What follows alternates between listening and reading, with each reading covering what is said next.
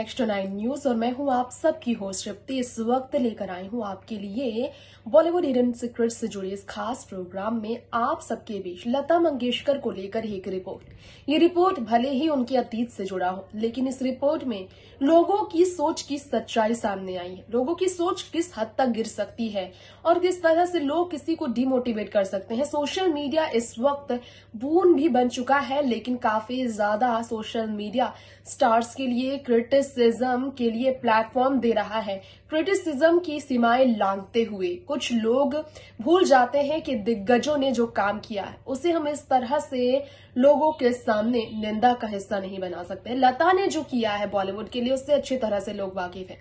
ICU में तड़प रही पिछले एक हफ्ते से लता, उनके बारे में अच्छी बातें तो लिख दीजिए। ये क्या, अच्छी बातें लिखने के बजाय इस महिला ट्विटर यूजर ने तो सारी सीमाएं लांघी बोलने की, जिस पर लोगों का गुस्सा भी निकला। आपको यकीन नहीं होगा, खुद ही देखिए अपनी आंखों से।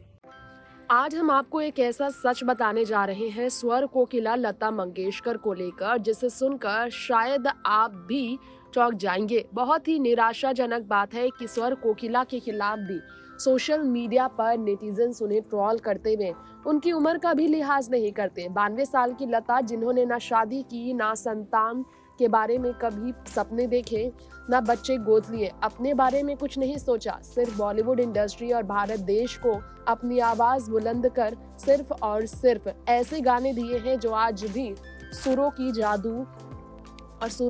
का जादू चलाती है अपने गानों से। गुजरे जमाने से लेकर अब तक लता की आवाज का कोई टक्कर नहीं है, लेकिन लोग जब उनके खिलाफ बोलते हैं तो गुस्सा फूटना जाहिर है। विवेक रंजन अग्निहोत्री ने कहा, लता मंगेशकर जो कोरोना वायरस से और निमोनिया से पीड़ित है, हॉस्पिटल में भर्ती है, आईसीयू में है, वो ब्रिज कैंडी हॉस्पिटल में, जिनकी कंडीशन ठीक नहीं है।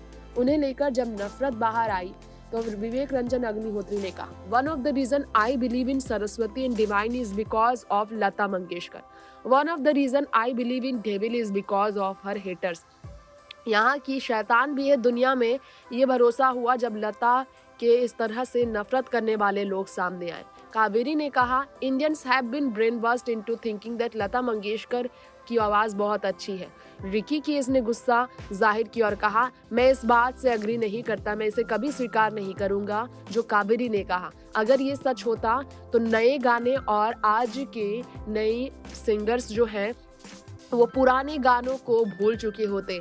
जो नहीं भूल पाए हैं लोग लता की आवाज को, क्योंकि वो इमोर्टल है, अमर है।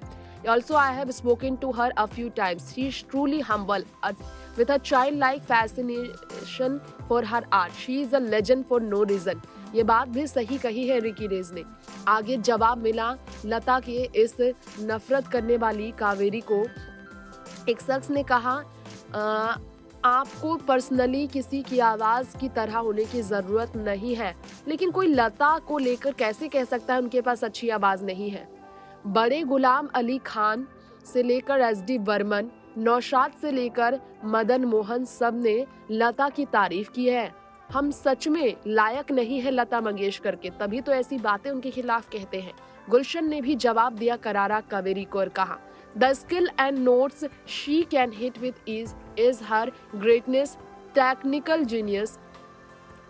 ये कहा नेत्रा डाउ ने, अटेंशन पाने का निंजा तरीका है इस कावेरी का, लता को ट्रोल करने का ये तरीका वो ढूंढ रही है ताकि उन्हें अटेंशन मिले। That's why I haven't neither liked RTE your tweet. ये कहा है कावेरी को लोगों ने गुस्से में। यहाँ पर गुस्सा जाहिर करते हुए सभी ने कहा, और अदनान सामी ने लता के लिए कहा, ये हिस्ट्रिक फोटो है जिसमें आशा, लता और साथ साथ में नूर जहां नजर आ रही है। नेक्स्ट 9 न्यूज़ से तृप्ति की रिपोर्ट।